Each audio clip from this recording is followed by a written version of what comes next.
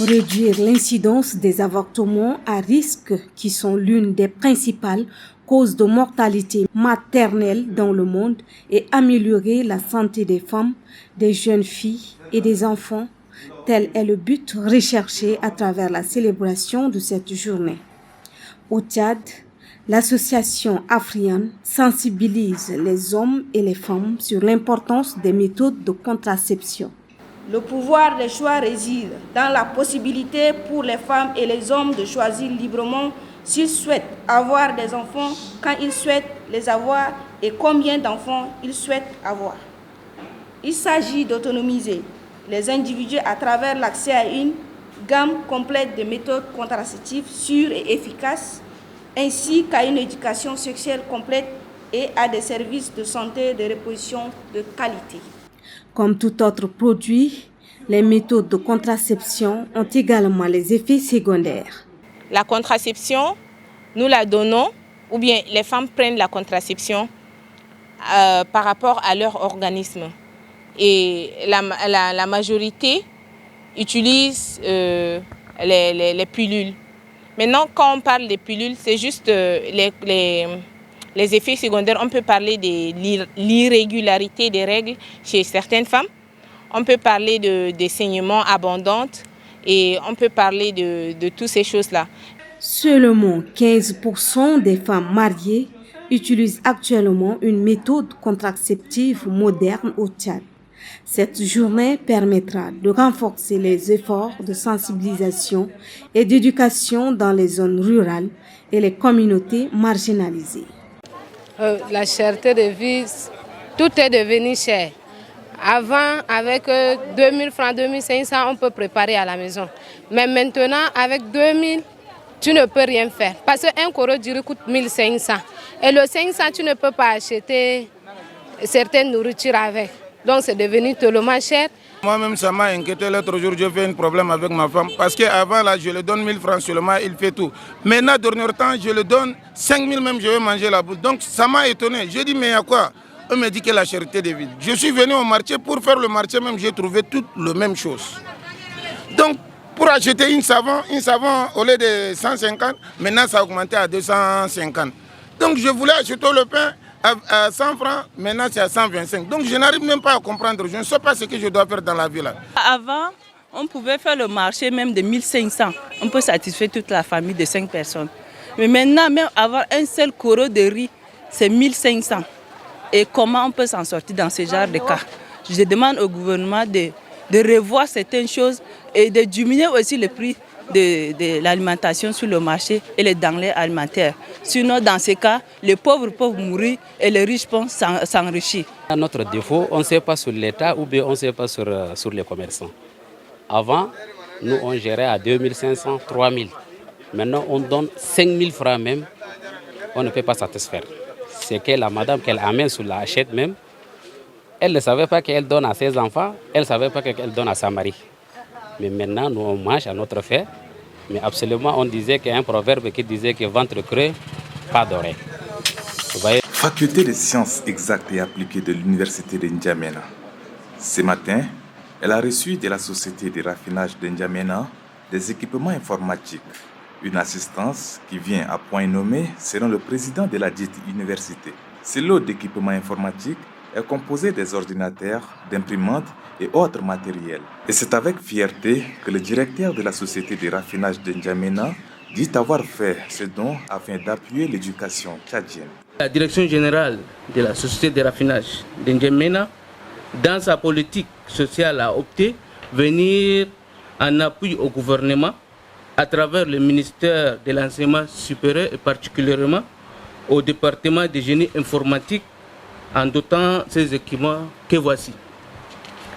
Il n'est nombre d'aucun doute que ces équipements viennent à point nommé soulager un temps soit peu les difficultés que vous rencontrez dans l'exercice de vos fonctions. J'ose croire, pendant les phases pratiques de vos enseignements, l'engouement à la participation se fera sans encombrement et le résultat pour l'assimilation des cours sera meilleur. Les étudiants de la faculté des sciences exactes et appliquées sont donc surpris de voir une centaine d'ordinateurs installés dans leur salle informatique ce matin. Ce geste restera à jamais gravé dans leur cœur. Datant des années 1971, le nouveau code de la route, adopté à l'unanimité par le Conseil des ministres le 24 août 2017, voit officiellement le jour et prête à être appliqué. La ministre des Transports terrestres et de la Sécurité routière, Fatima Gougouni-Ouidei, a dans son allocution donné plus de détails pratiques quant à l'applicabilité des nouvelles mesures. Mon département a été amené à prendre des mesures restrictives pour faire face aux dérives de conduite de certains usagers. C'est ainsi que nous avons dû restreindre la circulation des véhicules de transport interurbain de personnes de 23h à 5h du matin et instaurer un temps de repos minimum obligatoire d'1h30 après tout trajet de 500 km. Ce dispositif sera renforcé par la limitation de vitesse à 80 km/h à travers le plombage des compteurs de véhicules de transport des personnes et des marchandises dont le processus est en cours de finalisation. Pour le Premier ministre chef du gouvernement d'Union nationale, Saleh Kebzabo, le respect des règles de la sécurité routière doit être en effet un combat permanent qu'il faut mener collectivement sans relâche pour éviter les cas d'accidents graves de la circulation routière. Je me permets ici d'ajouter qu'il faut que dans les programmes scolaires, dès le bas âge et même à partir de la maternelle, que des embryons de culture du code de la route soient donnés à nos enfants. Le respect des règles de la sécurité routière doit être en effet un combat permanent qu'il faut mener collectivement et sans relâche pour éviter les cas d'accidents graves de la circulation routière. Le gouvernement, pour sa part, est résolu à jouer pleinement son rôle dans cette lutte, en mobilisant au profit des ministères sectoriels impliqués dans le processus des ressources nécessaires en vue de la réforme du permis de conduire. Le nouveau code de la route s'articule autour de plusieurs points qui sont entre autres l'augmentation du parc automobile du Tchad, la nouvelle disposition du permis de conduire, l'interdiction des téléphones portables au volant, l'interdiction de conduire sous l'emprise de l'alcool ou des stupéfiants, le port obligatoire de la ceinture de sécurité, le port obligatoire du casque de sécurité et bien d'autres. Ils sont 768 lauréats, tous de la faculté de sciences techniques et sciences humaines de l'université Emikoussi, à recevoir leur parchemin cet après-midi. Un moment qui marque un nouveau départ pour eux. Lauréats, vous allez partir dans la vie active. C'est différent maintenant. C'est fini maintenant. La dépendance aux parents, c'est fini. Et si nous le disons, c'est pour que vous devez vous imposer.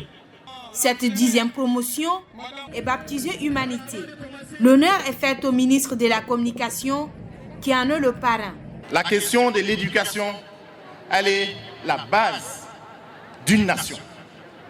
Et je crois que tous ensemble, éducation publique comme privée, nous mettons tous nos efforts pour essayer de rendre un Tchad meilleur. Recevoir son parchemin après 3 ans de dur labeur est une joie immense. Je suis très contente et fière de moi. Donc ma joie, je ne peux même pas exprimer ma joie en fait. Je suis tellement content de voir la famille, la fierté des amis. C'est des choses immenses que je ne peux pas vous expliquer. Classée parmi les établissements de l'excellence, l'université de Mikoussi bat le record à travers une formation de qualité faisant ainsi la promotion de l'éducation au Tchad. Ils sont armés de leur kit et prêts à intervenir cette nuit. Durant 2 semaines, ces agents feront de porte à porte pour s'attaquer aux moustiques. Cette pulvérisation intradomiciliaire et de la fumigation dans la ville de N'Djamena consiste à éradiquer les moustiques vecteurs du paludisme. Notre objectif, c'est de diminuer le plus possible donc, la population de moustiques. Les moustiques, comme vous le savez, en dehors même du paludisme, ils sont responsables de différentes nuisances. Et donc, notamment les différentes maladies que vous avez remarquées, notamment la dengue qui est aujourd'hui à nos portes au niveau de N'Djamena, mais les filarioses, les chikungunya, donc toutes les nuisances dont les moustiques sont responsables.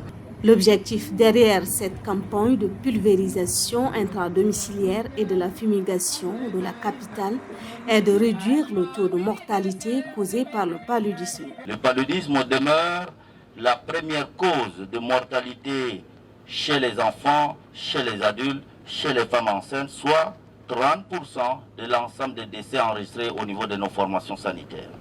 1500 agents volontaires de la Croix-Rouge et le Vitre Clair pour cette campagne de pulvérisation intradomiciliaire qui commence ce 30 septembre. Un appel est lancé à chaque ménage pour bien couvrir les aliments durant cette durée de campagne de pulvérisation.